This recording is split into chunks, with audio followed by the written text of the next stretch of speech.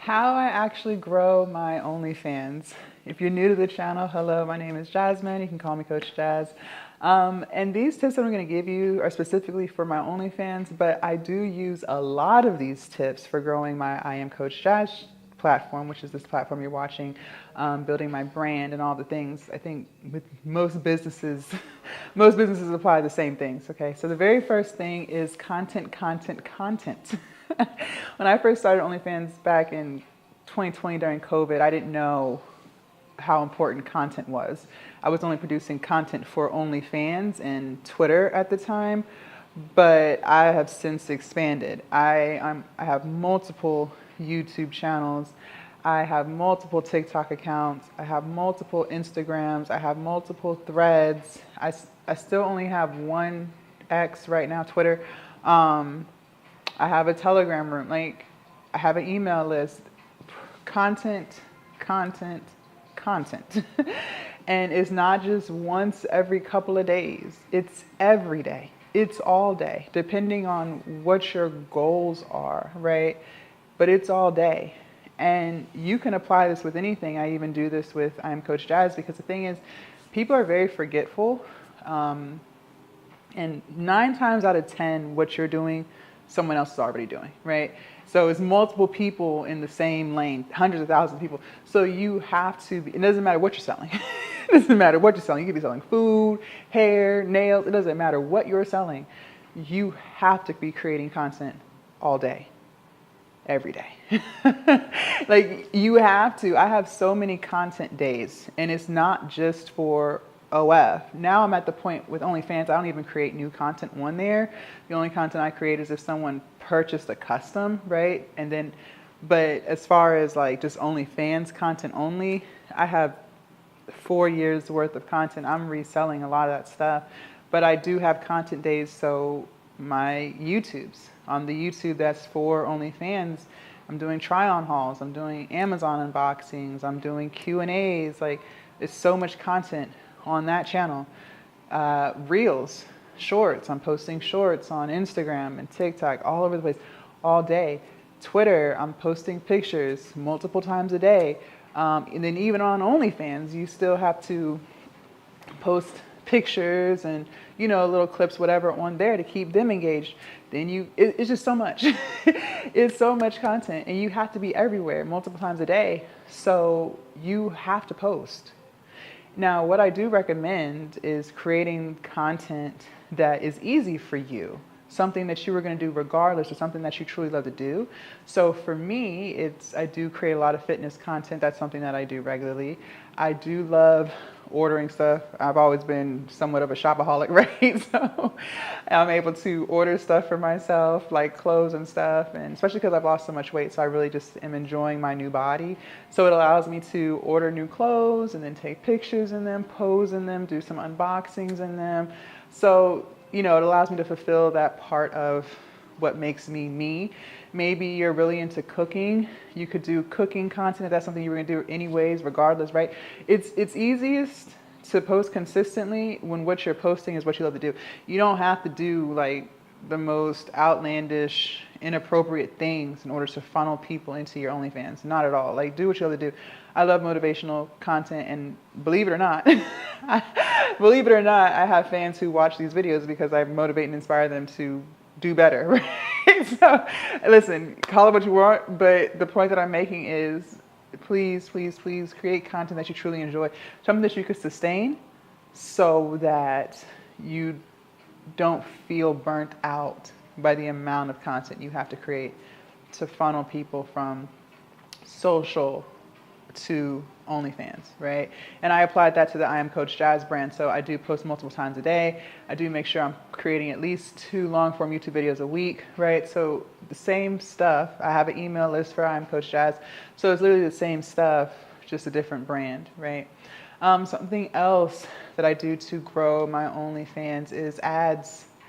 Ads, ads, ads. Now, I do not do this for I Am Coach Jazz. Everything with this platform, this brand, is organic. But I do spend some money on ads. You are going to have to invest in your business. You cannot solely rely on organic traffic unless you already had a following, I guess, but even to that extent, they still buy ads. So ads don't necessarily mean like Facebook ads or YouTube ads or Google ads, more or less paying another creator to be posted on their page to draw attention and their audience onto your page as well. So I spend a pretty penny on that. But even if you do have a following, like everyone buys ads and spending money on promotion. Think of the music industry. They're buying streams. They're paying radio stations to play the music. They're paying clubs to spin the track, right? Like it's all ads. It is all ads. A lot of streamers have talked about how they spend a lot on ads and stuff like that. Ads is the name of the game. Like a lot of companies buy ads. They buy ads, okay? Amazon buys ads. So you're gonna have to spend some money. Did I start that way? No. When I first started, I didn't have any money. I didn't have a dime to my name. So I was just posting like crazy on Twitter, and then I was doing like shout for shouts. So she posts me, I post her on each other's pages, right? And so when my business started to grow and I started to make more money, then I started buying ads, and then I bought more ads and more ads. So that's how I started. But you are probably 9 times out of 10, you're gonna have to spend some money on ads. You're gonna have to spend some money on ads. Like you're gonna have to spend some money on ads. Something else that I do to grow my OnlyFans is, like I said, not just content, but being on multiple platforms. From what I wouldn't say that one platform people spend more than another platform, but I will say that most of my fans that I know of, because I ask when they pay for stuff where they come from, most of the fans who do spend a good amount of money come from YouTube and come from Instagram. I've had whales come from Twitter for sure, definitely, but just from what I can recall these past few months, I would say YouTube and Instagram. And I did have one guy, he came from Twitch. That's another platform on Twitch. He came from Twitch and he spent a good amount of money. But most of them I would say YouTube and Instagram and then maybe Twitter under that from the people that I've asked. But you do have to be on multiple platforms. And then also to have multiple accounts on that platform. So I have multiple YouTube channels that I post on regularly. I have multiple Instagrams that I post on daily, multiple TikToks, only one Twitter, but be on multiple platforms and then have multiple accounts for those platforms. Now, I also want you guys, you have to lean into something that's special about you too. You have to try to differentiate yourself from other women, right? Like what makes you different? You got to figure that out. Everyone's different, so don't think there's nothing different about you. Everybody's different. You got something. For me, I leaned into being chocolate. My name is I Am Chocolate Mini, right? One of my friends at the time gave me that name. So I lean into my skin complexion. I lean into the fact that I'm 6'3", right? So those are things that I lean into. I also lean into the fact that I love to lift weights. That's why I make the fitness content. So a lot of times guys will subscribe because they found me on YouTube, or they said, oh, I loved watching your gym vlogs, or I love your glute workouts, whatever, whatever, right? But I lean into those things, and then that's how I sell my brand. So you have to figure out what is cool about you, what is quirky about you, right? Maybe it's your personality, my energy, just like you guys enjoy it, they enjoy it too. So, think about what is different about you, and then lean into that. You're more than just hips and booty and tatas, okay? Like, there's something else too. There's something else in there. So figure out what that is. And that's why, going back to point number 1 with making more content, it'll be so much easier for you to make that content because you're leaning into that thing that makes you special. And that's the thing. You can't be on YouTube if you doing crazy stuff, right? You have to figure that out or you won't be able to make YouTube content. You won't be able to be on Instagram for long because they're going to shut your profile down.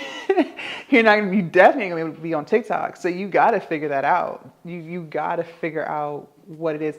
And even the streamers, there's girls on Twitch, and that's where I got the idea from. they're on Twitch and they're just talking. They might be cleaning their house. They're not in anything crazy. They're in like a matching yoga set. So there's so much growth potential to grow your OnlyFans on so many platforms. And that's the beauty of OnlyFans, is you can be yourself and sell your subscriptions and be free to do what you want to do. Like, I can't stress this enough. I don't know too many other businesses that allow you to do that. So OnlyFans is great. It changed my life. I love it. Wouldn't change it for the world. Leave a comment down below. Which one of these tips are you going to work on? Which one of these tips are you going to work on if you have OnlyFans? Or which one of these tips are you going to work on if you got another business, right? All of these things apply to all businesses. But I will see you guys in the next video. Bye.